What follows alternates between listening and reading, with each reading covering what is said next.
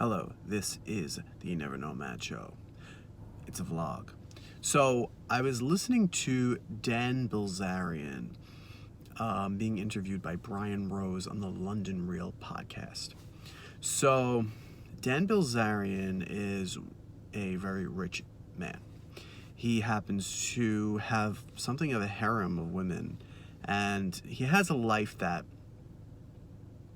most men would look at and be like, oh, like the guy's got the life. He has more money than he could spend in probably 100 lifetimes.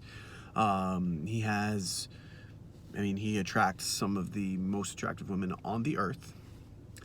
And in this interview, he was sharing that like pleasure doesn't equal happiness.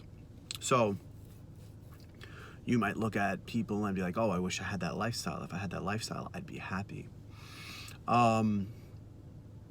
But what this gentleman was saying is that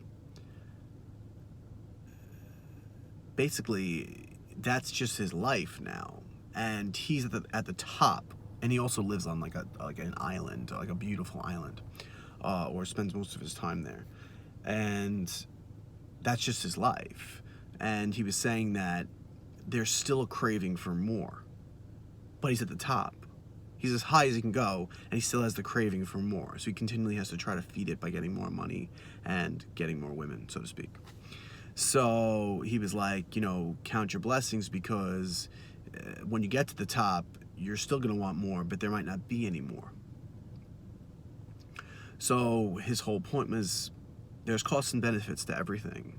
There's costs and benefits to being super rich, and there's costs and benefits to not having as much money. So work on being happy now while you're working on achieving. I just found it interesting that he said, basically, I'm at the top, and that's just my baseline. The top is his baseline. The top is just the way he lives his life. And you know how we're always saying, if I had more, then I'd be happy. He doesn't have that excuse anymore because he's already at the top. So